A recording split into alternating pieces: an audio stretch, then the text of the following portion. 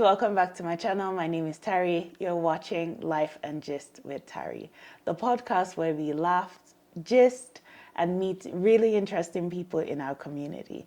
Today, I'm here with Chef Neynah, who is an outstanding chef in Calgary, Alberta. And she does amazing things in the kitchen. To be honest, I'm very happy that she's here joining us today. Thank you for joining us, Chef Neynah. You're welcome, Tari. I'm so glad to be here. So let me tell you how I heard about you. Okay. So I have this friend on Instagram, Yeah. and she's an Instagram friend, like, you know those people. Mm-hmm. And I saw that she was doing her anniversary, and you catered for the anniversary. Really? And I saw a clip, and then I was like, what? This looks like a very premium experience that I want. And I wanted to know more about you. So I have been like following you and the amazing work that you do. So I'm a fan. I'm so glad to hear that. Oh, thank you. So yeah, can you tell me how you got into cooking? But to be honest, like for me, cooking is a very big chore. No, I hear that a lot. It's a chore. I think about it and I'm like, oh goodness, I only cook out of necessity. Like, so when I see people that love cooking and like want to try out new recipes, I'm like, I don't know how you guys do it. So how did you get into cooking? Well, for me, I would say cooking is life. I don't know if that's the right word, but I say that if I don't cook, I'm not living. That's how I say it. I've been cooking since I was, I think, 10, 11-ish. Yeah. I'm the first child of 4 kids, and you know the way it is back home. You're like the second mommy of the house. I had an early responsibility of taking care of my junior ones, so I feed them. And I remember vividly when I was 13, my dad, I was doing very poorly in school, and my dad was like, "Are you sure you won't just? I won't just open a restaurant for you, so you could just be cooking." So he said it as like punishment. Well, yes, like since you're not doing well academically, maybe you should just cook. Yeah. And I wish she actually fulfilled that promise because I feel like I would have been wow, I've gone so far. But so I've been cooking since I was like 10, 13, and I had a food business back in Nigeria before I moved here. But it was just something simple. It was a waffles and crepe store. I used to do that. I would have been your number one customer. I used to sell that we had side options, chicken, ice cream, eggs, sausages. Then So did you go to like culinary school? Oh yes. Yes, I did. See, I always like when people like actually become professionals, like go to school for things, not like cooking in their house or something. Actually, why I actually went so when I moved to Canada 4 years ago, I wanted to, before coming, I was like, okay, I'm going to just go into the food industry, cook, maybe see if I can build up on what I was doing back home, like a waffle and crepe store. When I came in, I surveyed the market. I was like, I mean, this is Canada. People eat waffles and pancakes for breakfast every day. So why not just do something else? I'm like, okay, maybe I should just try the Nigerian food. And I saw that there were lots of Nigerian kitchens. I'm like, okay, what else can I do that will just be different and I'll still do what I love doing. I have a BSc in sociology. I have a master's in human resource management.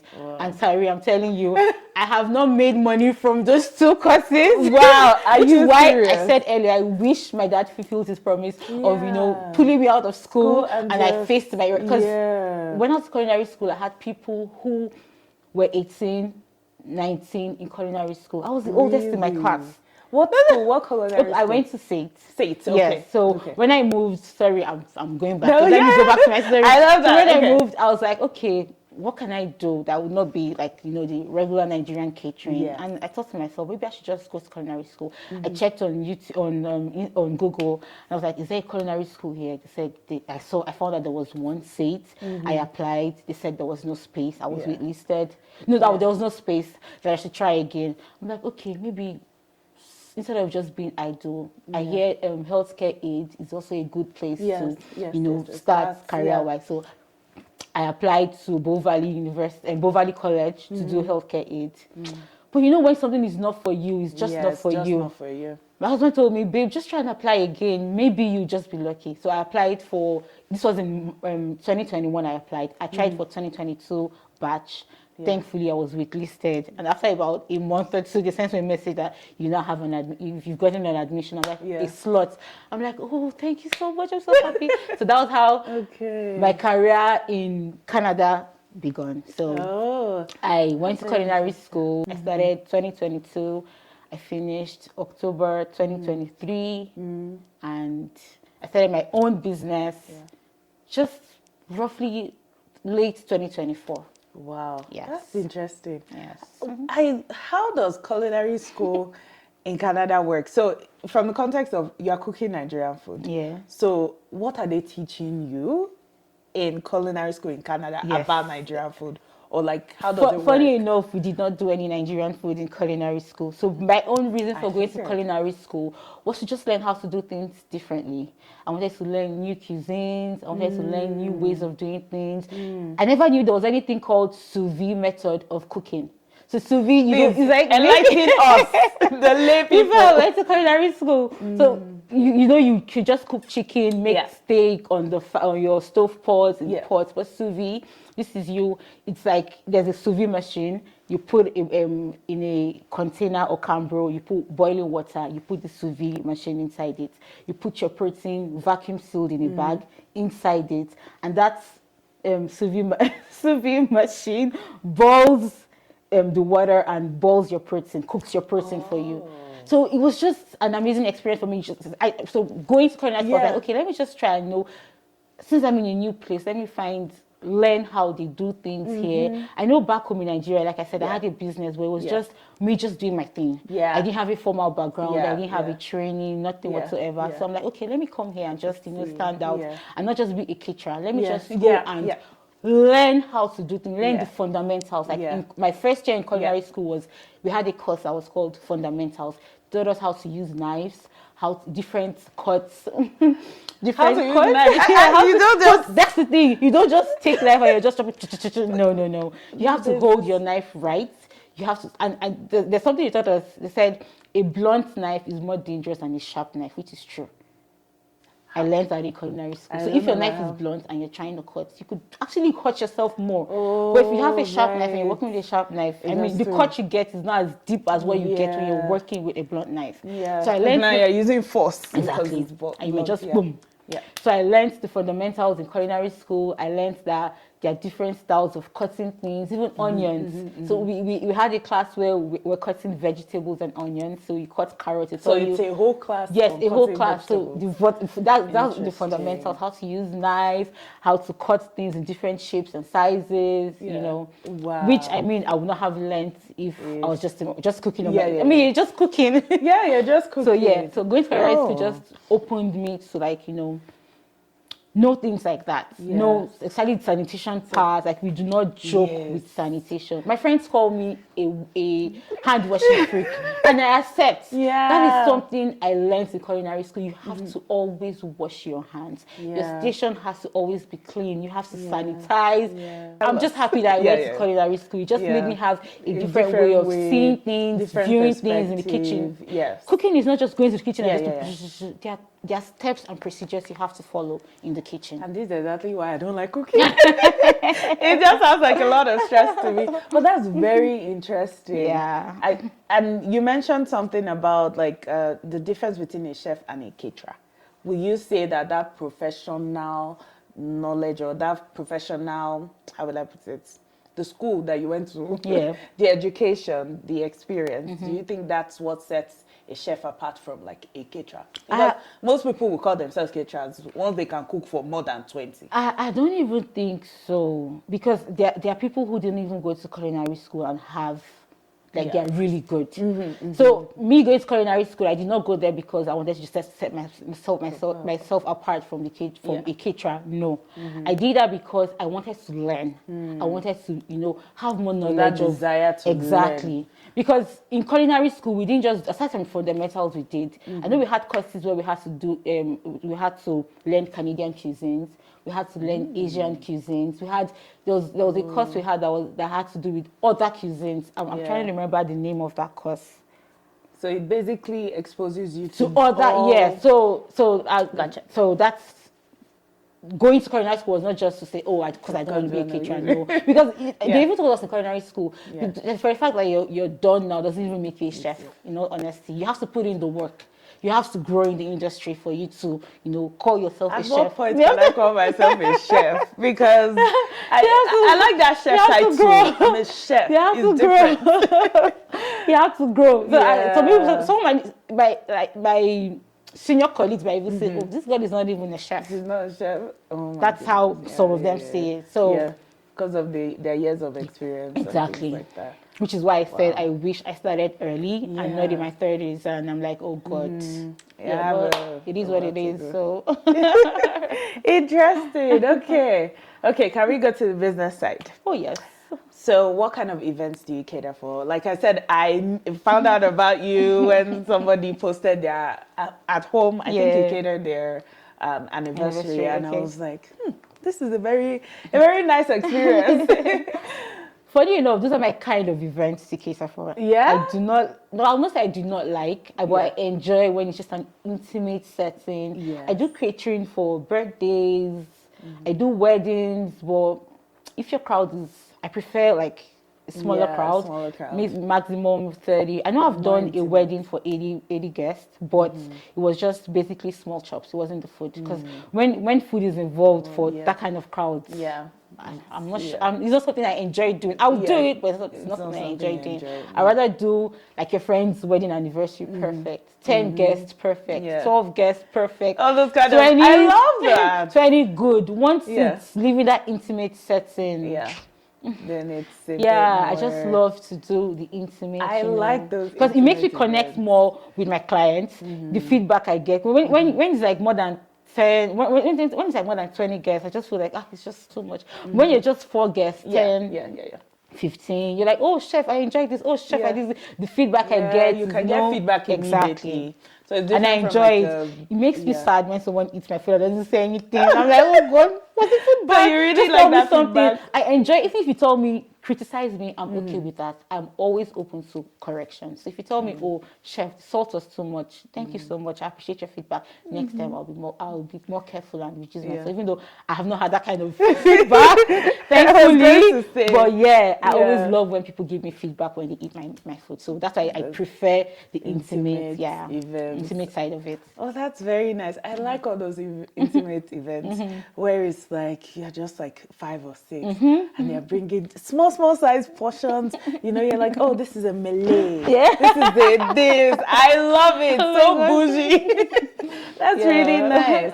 And is that something that you naturally just like veered into, or was it something that you saw a lot of people requesting for? Oh, I have an anniversary. No, actually, so when I finished school, I took like 6 months off after I finished. I'm like, okay, let me just pause and think of what I want to do.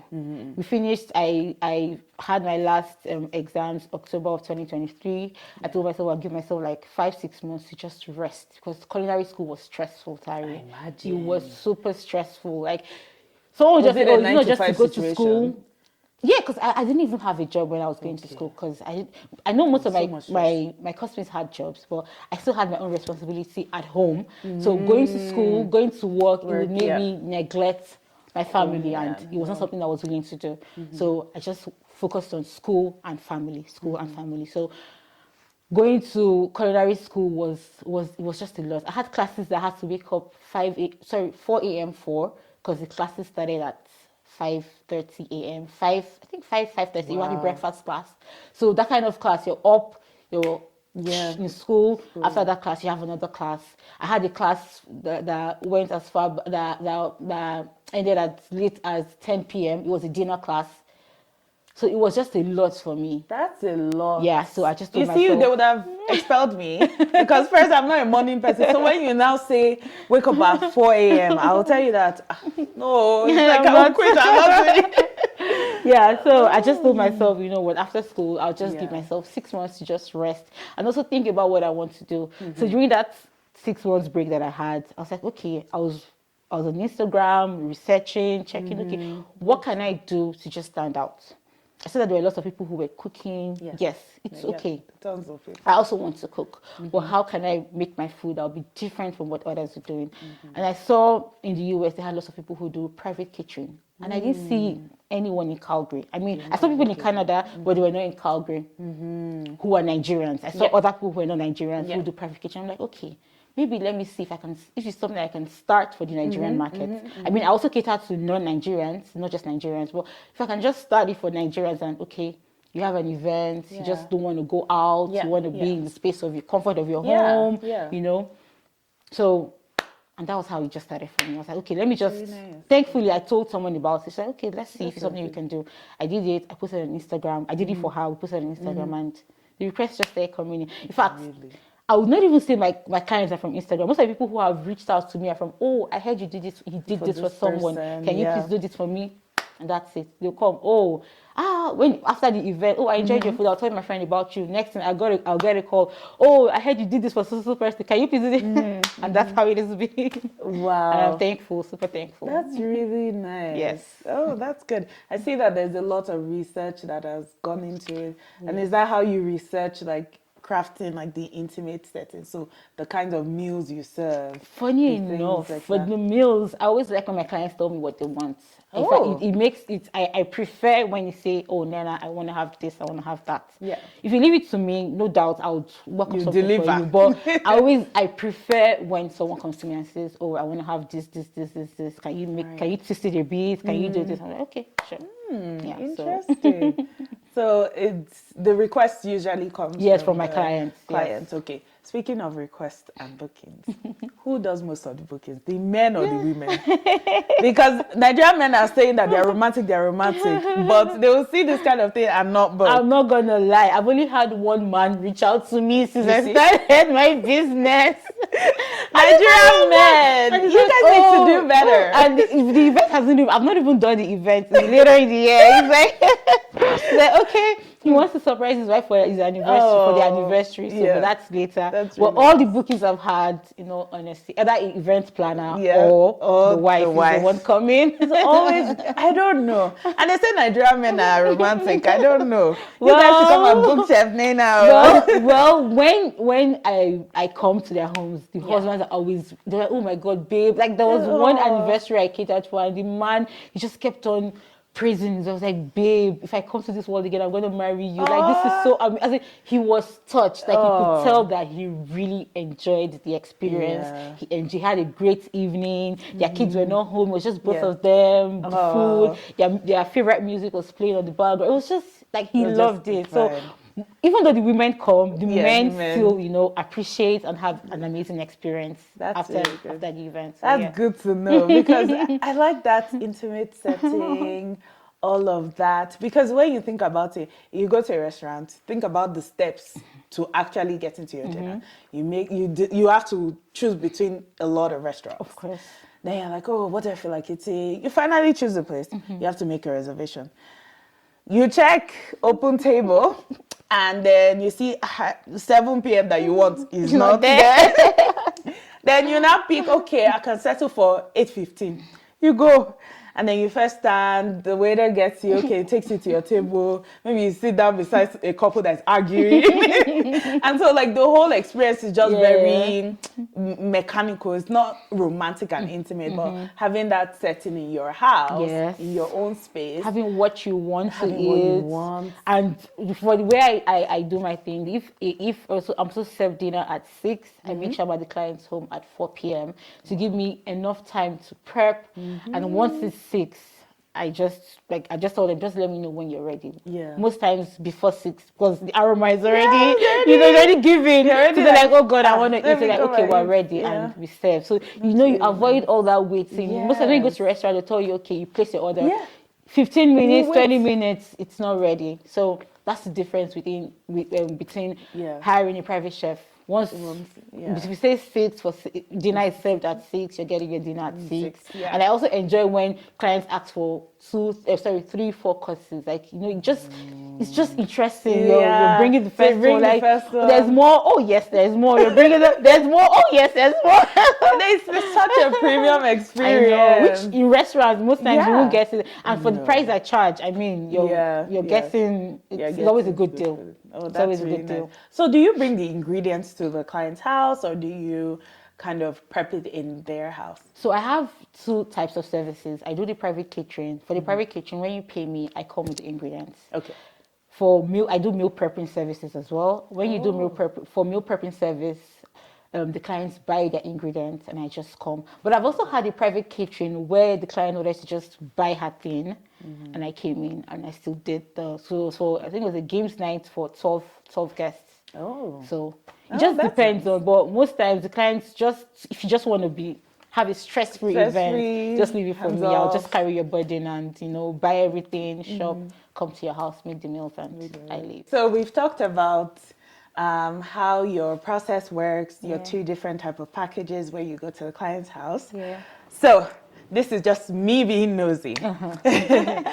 So because you go to a lot of people's houses, is there any fine or interesting house that you've been to and you're like, this is this is interesting, and this is purely me being nosy? This is a very interesting question, or very interesting nosy question. So yeah, I've been privileged, let me say, to go to beautiful homes. Like, all my clients have amazing kitchens, amazing. But there's just one. Oh my God. That one house. That one house, like, oh my God. You know, when you go somewhere and it just motivates you to work harder, it's like, okay, I need to make this money. You just need to make this money so that you can be chilling and balling. Oh my God. Like, in this Calgary. Because, some people feel like there's no money in Calgary. But I tell people, there is a lot of money in Calgary. There is hidden gems. Hidden gems, yeah. You would be shocked. No. Calgarians have money. That's just me. Let's just leave it at that. They have money. Yeah, I know there are certain areas of Calgary. I'm like, I mean, I'm a kitchen person, so it's always so good to just come into your home. I'm like, oh, this is nice kitchen. A lovely kitchen is like a therapeutic place for me to just chill. It just gives me the So, as a chef, you're like, wow, I've been to kitchens, and I'm thankful for the opportunity to be in those kitchens. Yeah, I've been to kitchens. Yeah. Calgary, people in Calgary have money. I know. Okay, so what is your most ordered meal package or meal as well? Because I know I was talking to another caterer and she was like, well, people just like jollof rice. And that jollof rice is the most ordered meal. So do you have that, or do you have I think creamy pasta. Creamy pasta. Yes. I think it's the Lagos babes that are ordering creamy pasta. Lagos babes love creamy pasta. I think it's creamy pasta. I'll say creamy pasta. Creamy pasta. Yes. That's interesting. I try to avoid doing Nigerian dishes. I do Nigerian dishes for private catering, but most times if they say, chef, I'm a bit confused, I'm like, you know what, just try curry pasta. And don't just say, okay, yes, let's go with curry pasta. Curry pasta. You guys make it with like cheese and stuff, right? And cream, heavy cream. Yes.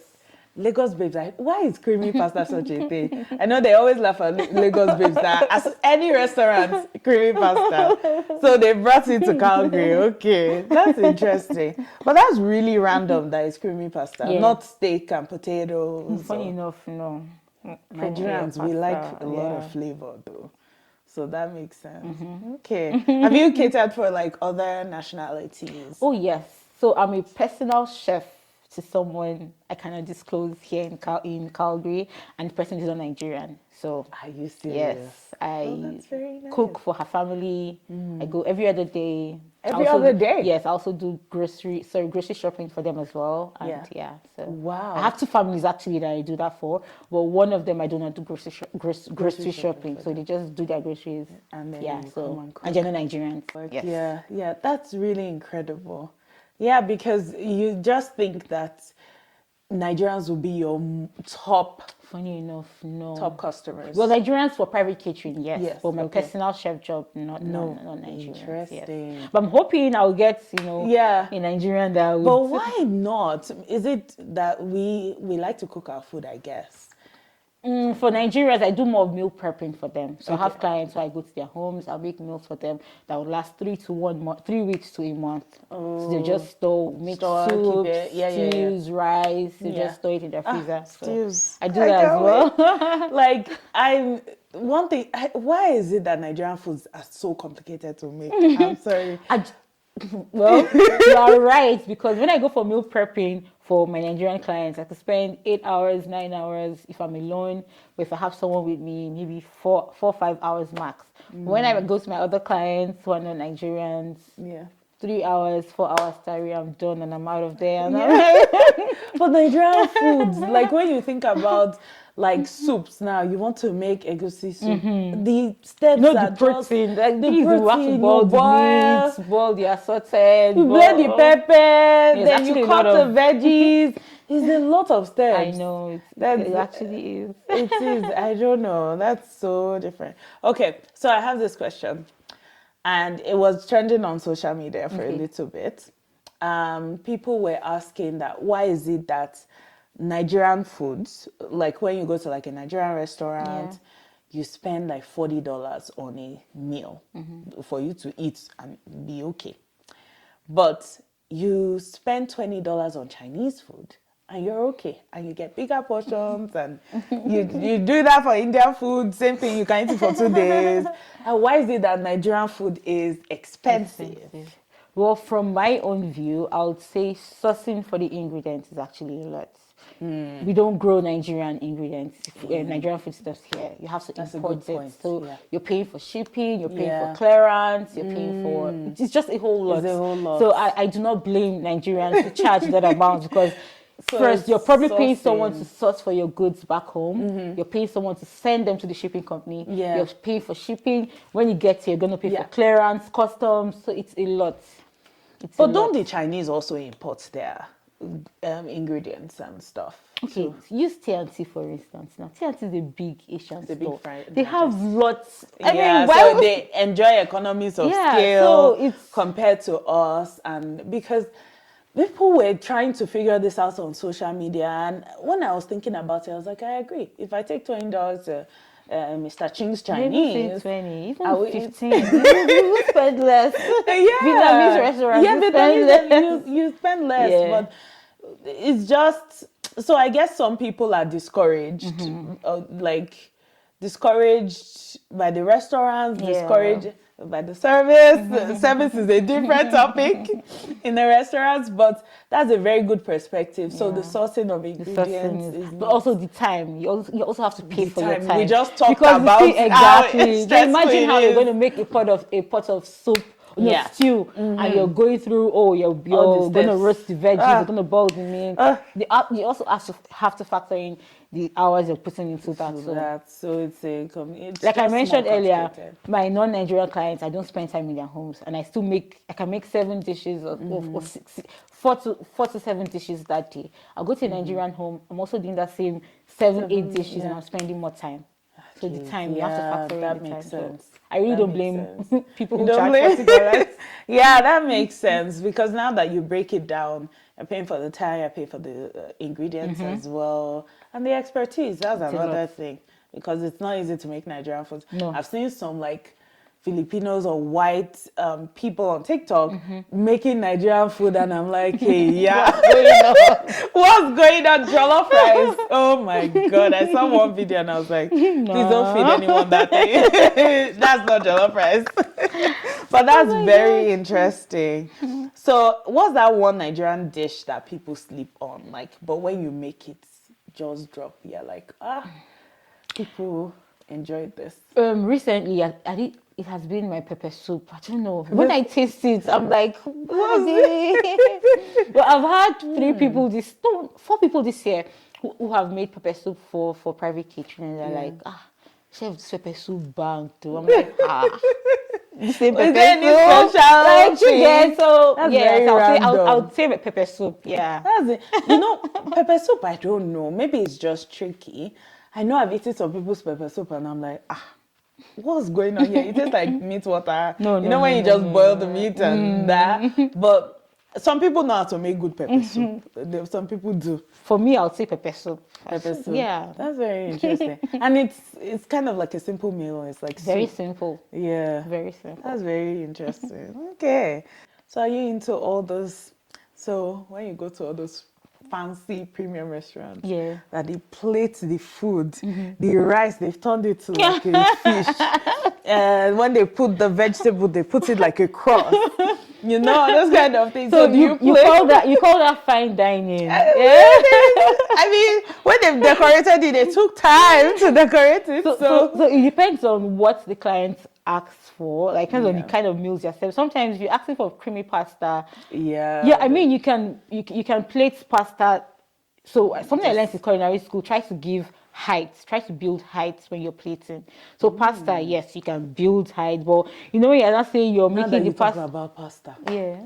I've been seeing those videos where they will put the pasta inside a wine glass and then put it and then lift it. I did that for a client 3 weeks ago, but it was for salad. So they had Chinese fried rice with salad and turkey. So I put the salad in the wine glass. They would just boom. It was actually good. The client was happy. I see what there was a video I saw, and this guy just kept trying to bring out the pasta. It wasn't coming out. He wasn't coming out. Half of it came out. Then the rest he was doing this, and it was so funny. I'm like, why are you stressing yourself? Just turn the pasta somehow and just arrange it to be okay. Oh, that's interesting. For desserts, though, I always like to give a beautiful dessert. Most times for main, if the dish permits, yes, we make it fancy. If it doesn't permit, we just go with the flow. But make sure the garnishing and the finishing looks good, you know. Yeah. Because people eat with their eyes first before their mouth. That's true. So it's always good to make a plate look beautiful. It's a bit hard to convince somebody that this food tastes good. Exactly. If it looks it might even taste bad, but for the fact that they're saying, oh my God, they take their pictures. You know, everyone these days they like to just take a picture before they eat. It's always good to serve a beautiful looking plate. Yeah. So sometimes, yes, for mains, I try to, if that dish permits, I try to make it look. But my dessert appetizers, because they're usually like small bites, they're always very beautiful. Yeah. Oh, that's very nice. Do you serve like Nigerian inspired like desserts? Yes. Like I always find those things fascinating. Zobo ice cream. You know, those kind of things. Funny enough, I opened I started something last year which I called gourmet puffs. So it's puff, but I serve it with melted chocolate and ice cream. So you like drizzle the puff on it. I don't know if you know, there was a time creamy donuts, milky donuts. I actually tried that out with puff, and it was good. Nice? Yeah, so stuff it with condensed milk, heavy cream, whipped together, and the sugar, the calories. So that's everything. The thing. I know Nigerians were very innovative. Oh, that's interesting. Try to, even though most times my dessert, I try to give people non-Nigerian desserts, in all honesty, because I went to culinary school, I learned a lot of desserts, so I cannot let that just vanish from my head. Instead, I would rather, incorporate those non-Nigerian desserts into their Nigerian menu, just so they have it. And most times they always, they appreciate it when they have it. Like, oh, like panna cotta. Oh my God, this is so nice. Where's this dessert from? Oh, it's an Italian dessert. Really? Wow. So that kind of things I like to do. Yeah, that's interesting because I always see chefs always try to infuse Nigerian. I appreciate that, but me, it's not something I really enjoy doing. I rather just go outside the box. Yeah, because especially if you're having your main in Nigerian food, I like to serve your dessert as something else. Yeah. What country would you say makes the best dessert? Italy. Of course. I was going to say France. You didn't even let me off. Tiramisu bangs. I love desserts. Panna cotta bangs. Yeah, the Italians snap to their they do. And they also have pasta dishes as well. So yeah, they do. So I think I would say people say French though. French cuisine. I don't think I've done much of Right. I know Italian for sure. But Italian, yes. Tiramisu is Yes, oh God. Just give me tiramisu. I remember Costco sells, I don't know if they still sell it, but there was one time they were The doing ones in tiramisu. glass jars? Yeah. Yes, I've not seen it in a while. I haven't seen it in a while. Oh, that was my thing. But then I looked at number of calories and I was like, no, I can't continue. I can't continue like this. Should I give you a fun fact? Fact. So I make small chops for people, mostly weekend orders. So when I have puff puff orders, I could fry like 200, 300, 400 puff puff, and I won't taste one. I'm telling you, I'm not joking. I'm frying one, I'm eating one. I'm frying one, I'm eating one. How? That's a level of self-discipline that I don't someone know. this last year. She's like, really? Like how? I'm like, yes. I think I've done it so much that I won't say I'm tired of it, but yeah. I don't know. Wow. I know how to discipline myself with food, so I think I'm just frying, I'm eating. I'm frying, I'm eating. I can't. I just can't. That's a random fun fact I remember. Yeah. Okay, let me just throw it in. That's so I very don't forget. interesting. Yeah. Oh wow. I don't know how you guys do it. But is it like a culinary school thing? Like No, you have to taste. No. You actually have to. In culinary school, they advise you taste what you're eating. Because you cannot go. You cannot say big dish. I did food and nutrition in secondary school. Yeah. And our food and not teacher, what was her name? I don't remember, Miss Shade or something. She will tell you, you don't taste. While you're cooking. So how do you know what you tasted? She said you're supposed to eyeball. You should know. Eyeball? So if you do one cup of rice, you need to know one Maggi with it. And she was, jeez. Nah. Culinary school, we always used to have a spoon at the side of our chef jacket. So that spoon is not there for decoration. Okay. It's for you to always taste. Taste. You always have to taste. Oh, that's interesting. I remember that woman. She's like, no, you don't taste. So you cook a whole meal. I know we'll do practicals then. Yeah. You cook an entire meal. You don't know how that thing tastes. She will now taste it and then grade you. And then I'm like, that's when I knew that this cooking thing, I can't do it. Not for you. People would have sacked me. No, I just can't. Okay, so what's that one dish that you've been dying to get on your menu or to cook for someone? Or try out? I don't think there's anything because sometimes I just see a video on Instagram. I'm like, and it has the recipe. I'll just go to my kitchen, check the ingredients. If I have it, I make it. If I don't, rush to the store, make it. So oh my goodness. I learn every day. You guys that love cooking are so fascinating. I don't see a video on Instagram and think, you know what, I should try it. No. I think I show you my saved post. Like for Easter now, I have a dessert that I want to try out for Easter. So someone posted it for Easter, so I want to try it out and serve it for Easter Sunday. So will you try it out for your family? Yeah, for my family. For my family. They're my lab rats, of course. So they just taste it. Yeah. Do you have kids? Oh yes, I do. And do your kids, are they like, Mommy, this is not nice? I actually have are they honest? A picky eater. I have two kids. Okay. One is a foodie like me. The second one doesn't like food. He eats to survive, but he doesn't like. So he's not a curious eater. So I mean, he can't be bothered. But the second one, once like anything I whip out, wow, Mom, you're the best. Oh, Mom, this is good. I love it. Like by puff. Whenever I would go, I was like, Mom, did you make this? If I say no, like, I'm not eating. Like he won't have it, and I'm not joking. Really? He will not eat it. I love that. That's a very loyal son. I like that. Be loyal to your mom. Your mom is the best cook. Are you serious? Yeah, that's really nice. That's nice. Okay, so would you ever consider opening a restaurant? It's something I would love to do, but not restaurants. I have a different idea. Ooh. I feel like if I say it now, don't say it. So I don't want anybody to steal your idea. So let me just. But I love that. Yeah, I have something in the works. Hopefully, I'm hoping that it comes. I know it's gonna come. Not even I'm hoping. I know it's gonna come through. It might not. It's not now, but it's something definitely in the future. It's gonna come through. Okay. Yes. Okay. That's very nice. See, people that cook and are into the catering business, I admire so much because I've heard that the restaurant business is like one of those things that fail all the time. Oh, yes. And so when people are like, I have this passion, this is what I want to do, I'm always like, go for it. I'll support you, I'll come and eat. So I really like that. So that's nice. Please, let it be something different. I think we've had enough. Of course, no, we've had enough. It's something different. It's definitely something different. I've been talking to people, realtors, friends, people in the industry as well, and we're just praying and hoping that it pulls through. That would be it's really different. good. Trust me. Let us know. We'll come. You have to invite Tari. Invite me. I will come. I will try everything. And sure. Okay, so I have a question about food as well. So I think Nigerians are very weird when it comes to like allergies. And because you're a chef, I can discuss. I remember, so I have a shellfish allergy. Yeah. But instead of saying shellfish, I always say I have a seafood allergy. Okay. Because of one experience. So I went to a party. Yeah. And it was buffet style, the usual. And, you go up, they serve you rice. Yeah. And so this lady, she was in front of the jambalaya rice tray. Yeah. And she's like, oh, this jambalaya, do you want? I said, oh, that I have a shellfish allergy.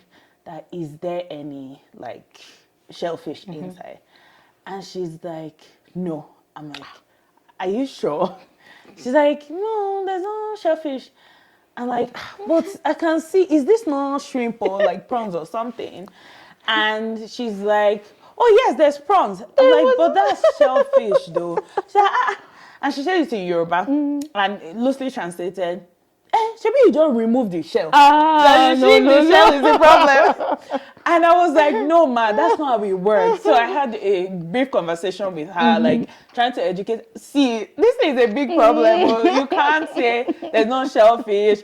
So Nigerians are so weird about allergies when it comes to cooking. And I think that maybe, I don't know, maybe going to culinary school or like having that formal education definitely helps. I was going to say that, so that was one of the courses we took in school. Food was a nutrition course. So there we learned about different allergens. Wow. It's called allergens. Just a whole course on allergens. Yes, a course on allergens. So people are allergic to dairy, people are allergic to gluten. Thank you a lot. Yeah. Then they have some sicknesses too that they cannot eat some kind of meals, So we learned all that in culinary. I mean, it was not a full nutrition course, but it was a block that had to deal with that. So that's one thing I'm thankful for, because before that, I'll probably just cook. So now, whenever a client reaches out to me, the first thing I ask them is, are there any allergies? That maybe you or your kids or anybody just say, oh, yes or no. Before we even start planning the meal. Because that would enable me know, okay, can I put this out to the client? Can I do this for the client? Cross-contamination, all of that. Oh no, that one is like the first thing you even thought. Like the first, no, but you don't even want to. No, that's like the first thing. Fundamentals, cleanliness, sanitizing your station, changing your boards. You cannot work with fish and use that same board to work with chicken. It's not possible. It's not doable. You have to wash your boards, clean your board, hot water, soap. If possible, sanitize the board, then do your next protein. Or better still, like me, I have different boards I use for different proteins. Just give yourself, just to be safe. Just to be safe. Well, that's really interesting, because I think that education piece is so. I'm hesitant when I go to Nigerian parties. I'm like always on guard, because fried rice, for example, is a big culprit. People always put one shrimp, liver, whatever they put all sorts in fried rice. So I'm always like on guard, and the number of times they've said no, nothing like that. So because maybe they just think that no, nothing like that. So and then you now take the food, and I usually just ask a friend, please, can you help me? They will not try to say they're shellfish. I'm like, you see. I know. So the Nigerians, well, that's very interesting. So on TikTok, I see a few chefs on TikTok, and I'm like, wow, you guys are doing things. I know one of the chefs, I don't remember her name. I think she cooks for a lot of the footballers. Okay. So she's always, when she's prepping, I'm like, you're cutting this amount of chicken, you're cutting this, and you're cutting. It's so fascinating. Do you have like a dream client or like client base? Anybody really. I don't. Like, you I'm have a open to dream cooking for anybody. But like the biggest person I've cooked for is Pastor Nathaniel Bassey. What? I cooked for him Oh last my year. God! I cooked for him last year when he came for the NCA Open Heavens conference. Yes. He reached out and I made a meal for him. And I also had friends who knew him. And he reached out? No, not him. Okay, someone reached out to me and I cooked for him. And the first time I cooked, I think I sent my husband to go drop off because I had to go to work afterwards. Yeah. But the next day I had to go myself. Like, how can Pastor Nathaniel be here and I won't see him? And he's someone I love so much. I went myself. So I introduced myself. I was like, oh, you're the chef. I was like, oh, he prayed for me. He laid his hand and he blessed my business. Then I wasn't even, like, I had not started my business then. I had just finished culinary school.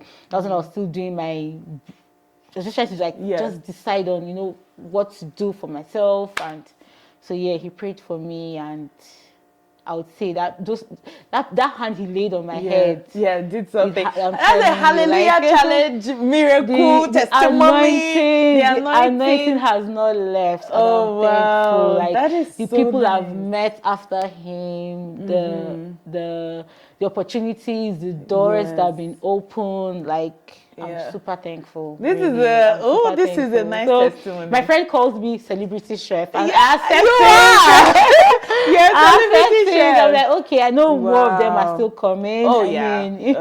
They're coming more and more. I'm not even in a hurry. I mean, I've not done this for up to a year, and I know and the progress. I know, like it's been amazing. So just thinking back, I wonder what it's going to be like in the next 1 year, 2 years, even 5 years. I know it's going to be bigger than this. Oh yeah, for sure. It's something I love doing. So I don't even intend to stop anytime soon. Like when you say, oh, maybe it's not working, let me just give up. Even if it's not working, I'm still going to keep pushing. Like, so that motivation is there because the passion is there. Passion is there. That's the really plus side of doing something you really, truly love doing. Like I told you, I have a master's in human resource management. I'm not even sure I used that degree, in all honesty.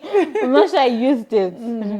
So thank you so much. Where can we find you? How can we reach out to you and book those anniversaries?